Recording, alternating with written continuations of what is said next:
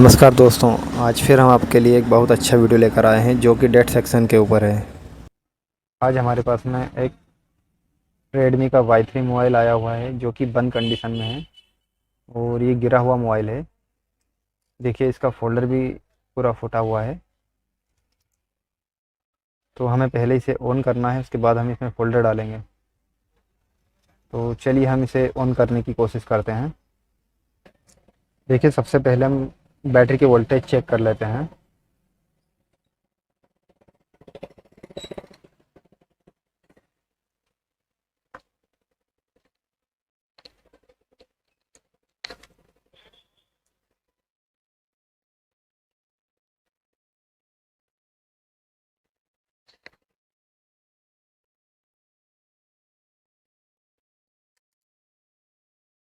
Multimeter को voltage की range में रखना है।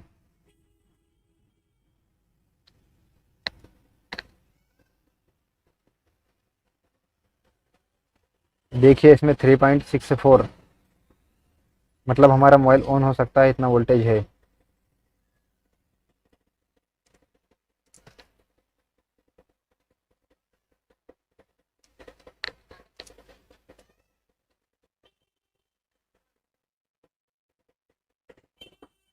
ये देखिए हम पावर स्विच प्रेस करते हैं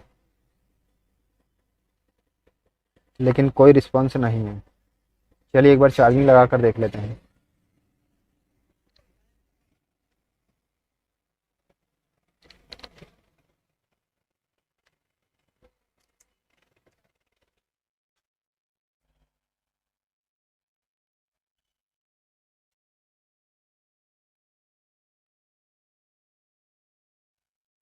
ये देखिए चार्जर पे भी कोई रिस्पॉन्स नहीं आ रहा है। तो चलिए हम इसे रिपेयर करने की कोशिश करते हैं।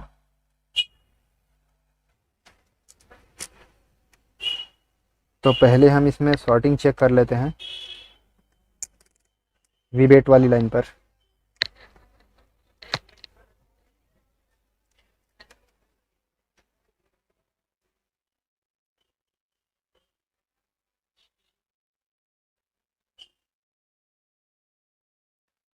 देखिए दोस्तों ये वीबेट लाइन पर कोई सॉर्टिंग नहीं दिखा रहा।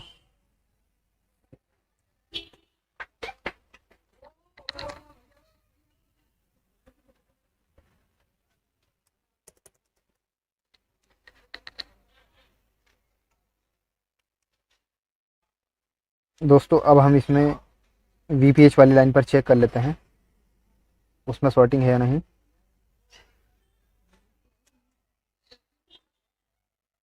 इसका फोल्डर हम अलग निकाल के रख देते हैं।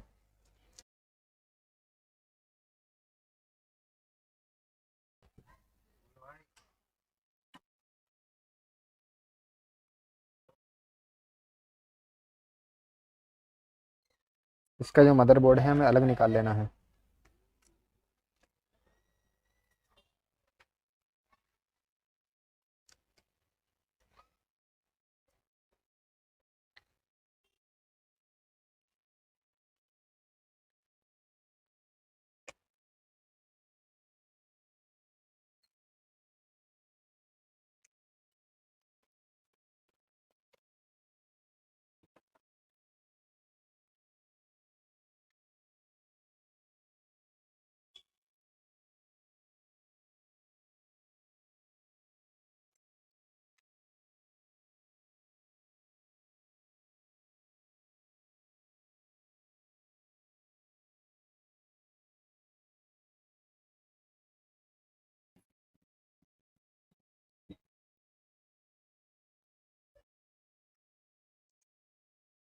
पहले हम सॉर्टिंग चेक कर लेते हैं।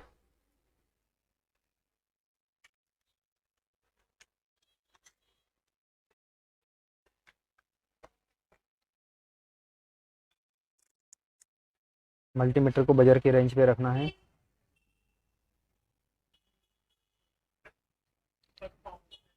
ये देखिए दोस्तों ये जो दोनों कैपेसिटर है ये हमारी वीपीएच वाली लाइन के हैं। चलिए इस पर चेक कर लेते हैं।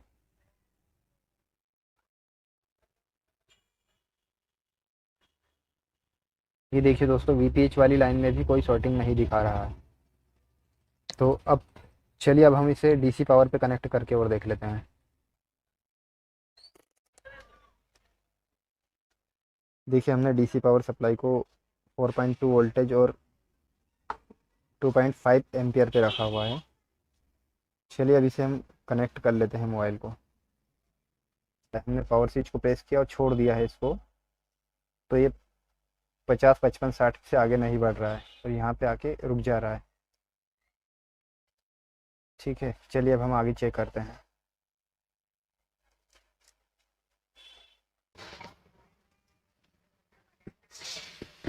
देखिए दोस्तों, हमने इसको हमारी जो डीसी पावर सप्लाई मशीन है उस पर कनेक्ट कर किया, तो ये 50 60 के बीच में रुक रहा है। तो इसका मतलब ये है कि हमारा पावर आईसी भी सही है, सीपीयू भी सही है, इसमें प्रॉब्लम ईएमएमसी की है। पर फिर भी हम इसकी जो कुछ सप्लाई हैं वो चेक कर लेते हैं। बाकी इसको ऑन होने के लिए तो बहुत सारी सप्लाई यहाँ होती हैं। तो जो लास्ट की हमारी जो 2 सप्लाई हैं वो चेक कर लेते हैं, उससे हमें पता चल जाएगा कि प्रॉब्लम कौन सी आईसी की है।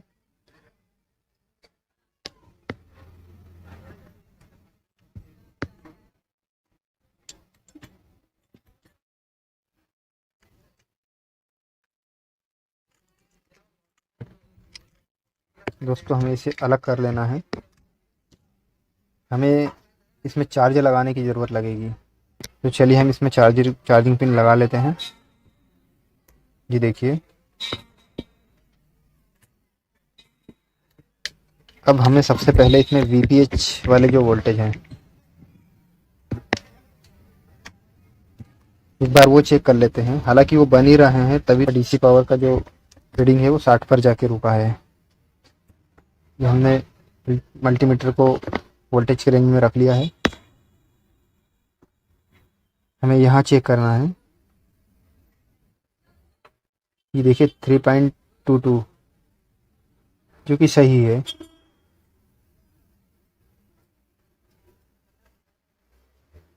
ये देखिए बन रहा है। अब हमें देखिए दोस्तों, अब हम इसमें चेक करेंगे कि हमारे मोबाइल में पावर आईसी की दिक्कत है या सीपीयू की या फिर ईएमएमसी में काम करना है। तो हमें आईसी दोनों या तीनों आईसी को चेक करने के लिए हमें 2 सप्लाई रहती है वो चेक करना है। सबसे पहले तो पावर आईसी का एक सिग्नल रहता है जो पावर ऑन रीसेट नाम से रहता है, जो कि 1.8 वोल्टेज की सप्लाई रहती है, तो हमें वो चेक करना है। और दूसरा पीएस होल्ड नाम से रहता है जो सीपीयू का ट्रिगर रहता है, हमें वो भी चेक करना है। यदि दोनों कंप्लीट है तो फिर हमें ईएमएमसी में काम करना है। तो उसके लिए हमें इसका स्कीमेटिक डायग्राम ओपन करना पड़ेगा। तो चलिए हम स्कीमेटिक डायग्राम को देख लेते हैं। तो चलिए दोस्तों, हम Redmi 7 का स्कीमेटिक डायग्राम ओपन कर लेते हैं।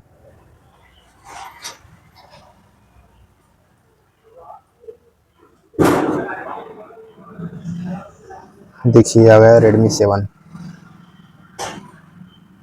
अब हम इसका लेआउट और स्कीमेटिक डायग्राम ओपन, ये देखिए स्कीमेटिक डायग्राम। अब इसका हम लेआउट और ओपन कर लेते हैं। ये हो गया मदरबोर्ड।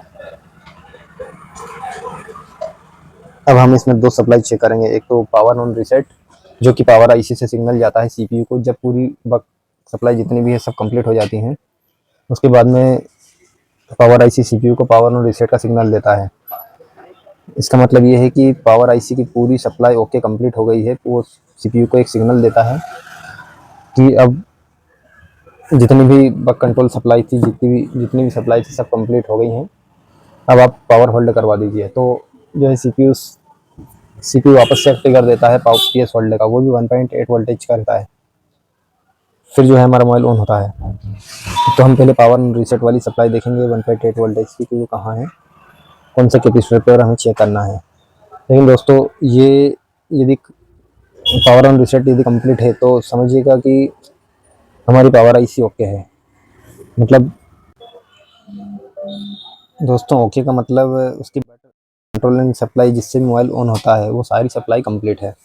तो चलिए हम देख लेते हैं। हम यहाँ टाइप कर लेते हैं पी ऑन, इसका मतलब पावर ऑन रीसेट। तो हम जैसे पी ऑन टाइप करेंगे तो ये सेलेक्ट हो जाएगा। और ये देखिए हम आ गए हैं यहाँ पर। देखिए पावर ऑन रीसेट लिखा रहा है। ये देखिए ये है 8953 आईसी है और इसकी जो है 27 नंबर की बॉल पर ये सप्लाई की हुई है। ये हम इसको कॉपी कर लेते हैं। ये हमने कॉपी कर लिया है इसको। हम पावर ऑन, इसमें कोई कंपोनेंट नहीं है, हमने इसको कॉपी किया। ये पावर ऑन रीसेट जो सिग्नल है ये किसी को भी जाता है और सीपीयू को भी जाता है। ये देखिए हमने यहाँ पे पेस्ट किया और हमने नेक्स्ट किया, तो ये देखिए ये 8953 ये सीपीयू लगा हुआ है और इसमें हम एक कैपेसिटर दिया गया है, ये C501 नाम से है, जो कि 22 नैनो फेराड का है। हम यहाँ पर चेक करेंगे 1.8 की वोल्टेज की सप्लाई एक बार, और हम इसमें कॉपी करके देखते हैं और कहाँ जा रही है। ये देखिए इसमें PMI 632 आईसी लगी हुई है। ये सप्लाई इसको भी दी गई है। मतलब ये जो सप्लाई है तीनों आईसीओ को दी गई है। यदि तीनों में से एक भी आईसी खराब निकली तो हमारा मोबाइल ऑन नहीं होगा। तो चलिए हम इसको देख लेते हैं कौन सा कैपेसिटर लगा हुआ है।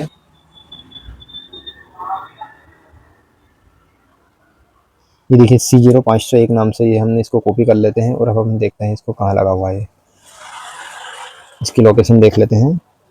ये देखिए सीपीयू के जस्ट नीचे लगा हुआ है ये C0501 का। हम इस कैपेसिटर पर चेक करेंगे, यहाँ पर 1.8 वोल्टेज की सप्लाई मिलना चाहिए।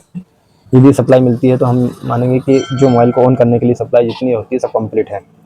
इसके बाद में जब जो सीपीयू वाली लाइन है, सीपीयू एक ट्रिगर देता है, वो भी 1.8 वोल्टेज का होता है, वो PS होल्ड नाम से होता है। इसके बाद जो सप्लाई बनती है देखिए ये दिखा रहा है, देखिए 8953 और ये कंट्रोलर लिखा रहा है, तो मतलब ये सीपीयू है हमारा। और ये PS होल्ड लिखा रहा है यहाँ पे। इसमें देखिए ये रजिस्टर लगा हुआ है 1K का, ये R0503 नाम से हम इसको कॉपी कर लेंगे। पहले हम देखते हैं ये कहाँ दी गई है। ये देखिए ये हमने कॉपी किया, पेस्ट कर दिया। अभी आगे देखते हैं तो ये देखिए PS होल्ड लिखा रहा है, 52 नंबर की बॉल पर पावर आईसी को दी गई है। और इसमें एक C1515 नाम से कैपेसिटर लगा हुआ है जो कि NC है। तो हम इसमें वो रजिस्टर को देख लेते हैं कहाँ है, वहाँ पर चेक करेंगे। ये रजिस्टर हमने कॉपी कर लिया R0503 नाम से। हम इसकी लोकेशन देख लेते हैं कहाँ पर लगा हुआ है। ये देखिए दोनों पास पास में लगे हुए हैं रजिस्टर। ये हमने इसको पेस्ट किया, तो ये देखिए सबसे पहले कैपेसिटर ये रजिस्टर लगा हुआ है और इसके बगल में जो हमने पावर रीसेट वाला कैपेसिटर है वो लगा हुआ है। तो चलिए हम दोनों पे 1.8 की सप्लाई चेक कर लेते हैं, उसके बाद हम डिसीजन लेंगे कि कहाँ प्रॉब्लम है। तो चलिए हम चेक कर, एक पावर ऑन रीसेट वाला जो वोल्टेज है वो चेक कर लेना है, 1.8 होता है वो। यदि वो बन जाएगा तो हम समझेंगे कि हमारी पावर आईसी सही है।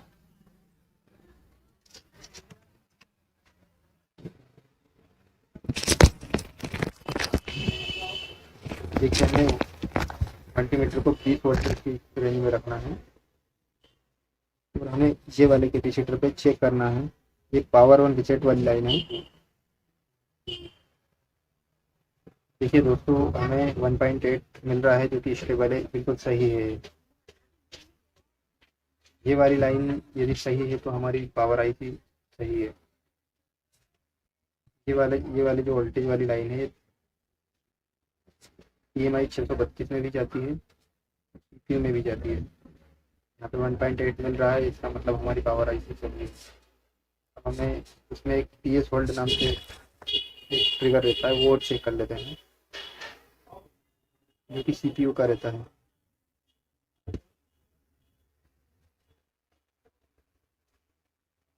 दोस्तों यदि हमारी डीसी पावर सप्लाई से 60 पे जाके रुका है तो ये PS होल्ड भी बनना चाहिए, तभी वो 60 पे जाकर रुका हुआ है।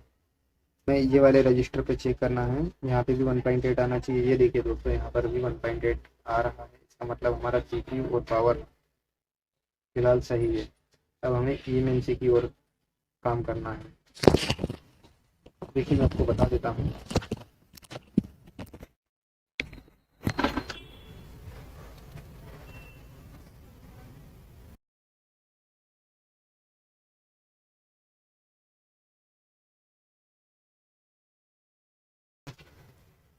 देखिए दोस्तों ये वाला जो हमारा कैपेसिटर है, इसकी इधर वाली साइड जो है पावर ऑन रीसेट वाली लाइन, यहाँ पे 1.8 वोल्टेज आता है।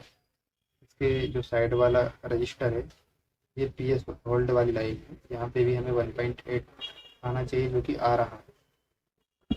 अब हम इसमें एक बार इसको कंप्यूटर पे कनेक्ट करके देख लेते हैं, देखते हैं पोर्ट बनाता है या नहीं।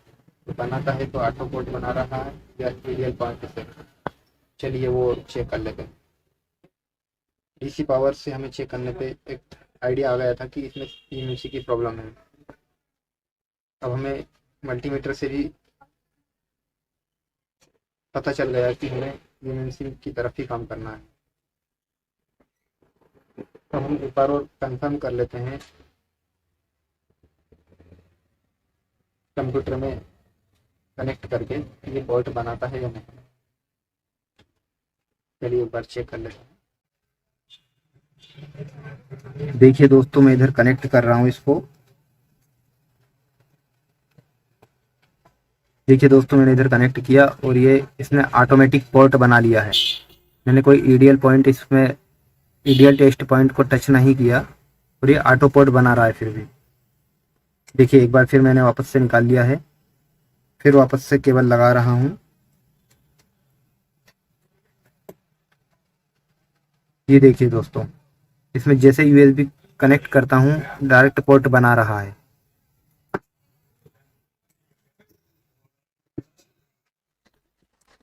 देखिए दोस्तों, अब हमने इसमें कंफर्म कर लिया है कि इसमें प्रॉब्लम ईएमएमसी की ही है,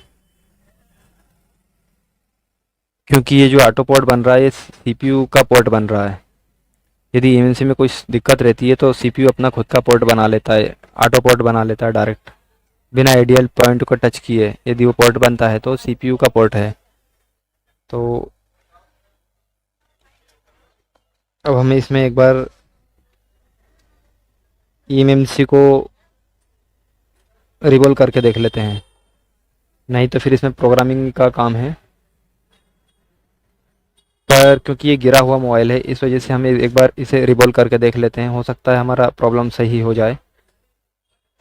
देखिए दोस्तों, किसी भी बंद मोबाइल में सबसे पहले हमें डीसी पावर पर लगा के चेक करना है। यदि वो 50 60 70 90 तक जाकर यदि रुकता है तो समझना है कि हमें ईएमसी की तरफ काम करना है। और यदि हम मल्टीमीटर से चेक करते हैं तो यदि हमारा पावर ऑन रीसेट यदि बन जाता है तो समझिएगा कि हमारी पावर आईसी सही है। और पावर होल्ड जो पीएस होल्ड है वो यदि नहीं बनता है तो हमें सीपीयू की तरफ काम करना है। अधिकतर वो सीपीयू रिवॉल्व करने से हो जाता है। और यदि हमारा पावर ऑन रीसेट नहीं बनता है तो या तो हमें सेकेंडरी सप्लाई भी एक एक करके चेक करना पड़ेगा। और यदि वो बन रहा है तो हमारी पावर आईसी की तरफ हमें काम नहीं करना है, वो फिर सही है। तो दोस्तों, अब हम इसमें एक बार ईएमसी को रिवॉल्व कर लेते हैं। इस पर यदि ऑन हो गया तो अच्छी बात है, यदि नहीं हुआ तो फिर इसको निकाल कर प्रोग्रामिंग करना पड़ेगी।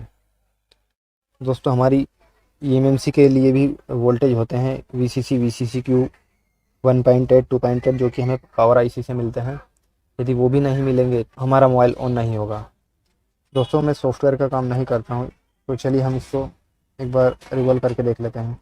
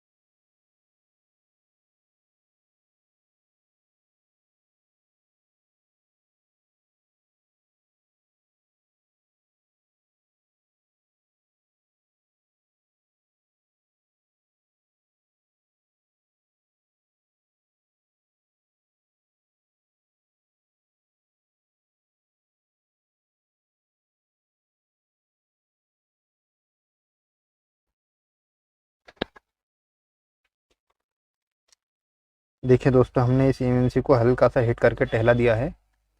तो चलिए अब चेक करते हैं हमारा मोबाइल ऑन होता है या नहीं।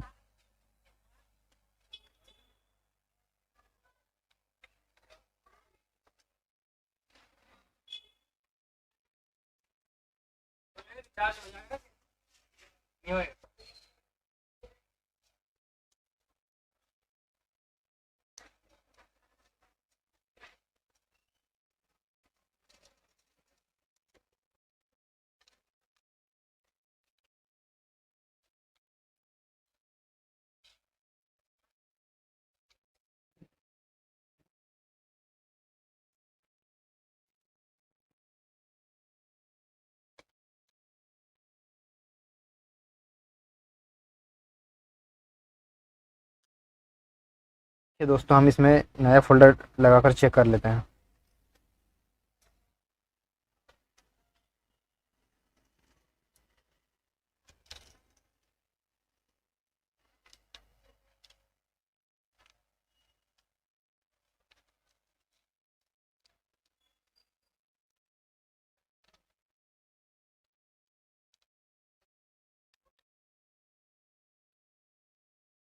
देखिए दोस्तों, हमारा मोबाइल ऑन हो गया है।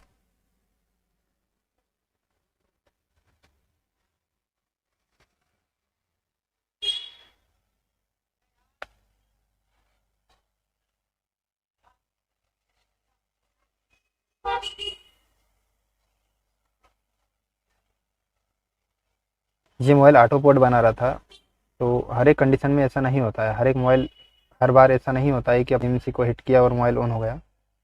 कभी प्रोग्रामिंग भी करना पड़ती है। ये जो मोबाइल था ये गिरा हुआ था, इस कारण से अंदर से जो बॉल है वो छूट गई होगी, इस हमारा मोबाइल ऑन हो गया। दोस्तों, आज की वीडियो में इतना ही और मिलते हैं अगली वीडियो में।